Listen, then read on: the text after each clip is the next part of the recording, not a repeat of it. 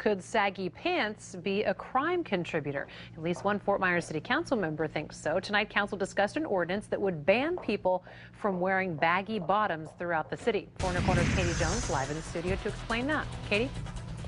Well, Emily, Councilman Johnny Street says giant jeans and saggy pants aren't only a safety concern, but set a bad example and bring a bad image to those who wear them. Pants on the ground, too massive to move in. What some may call a trend, others say are trouble. This is not to hurt any young people, but it's brought up to have you think about where you're going. Councilman Johnny Street's bringing up discussion of an ordinance that would ban saggy pants in public. He says this so-called fashion statement gives the community a bad rep.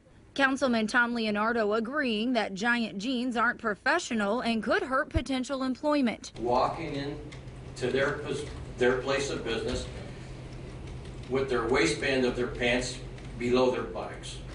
Tell me how that gives you a job. But not all members are on board. Some say it should be up to the individual establishment to decide a dress code, not elected officials. They're not in a city park or in a city building. Then, I mean, I don't see where it needs to be imposed on them. Councilwoman Christine Matthews saying they should look into mentor programs for positive reinforcement rather than prohibiting certain styles. Some of her constituents agree, saying what you wear has no influence on how you act. I don't think there's any correlation between people having saggy pants and violent crime in Dunbar. If passed, some possible punishments could be tickets or fines. Some city leaders say they want to do whatever they can to keep the future of Fort Myers on the right track. I don't want to see high unemployment rates. I want to see every one of our kids out there have a job this summer. But let me tell you, they're not going to get a job with their butt hanging out. And again, this was just a discussion at tonight's council meeting. No word yet on when or if the saggy pants ordinance will be brought up again.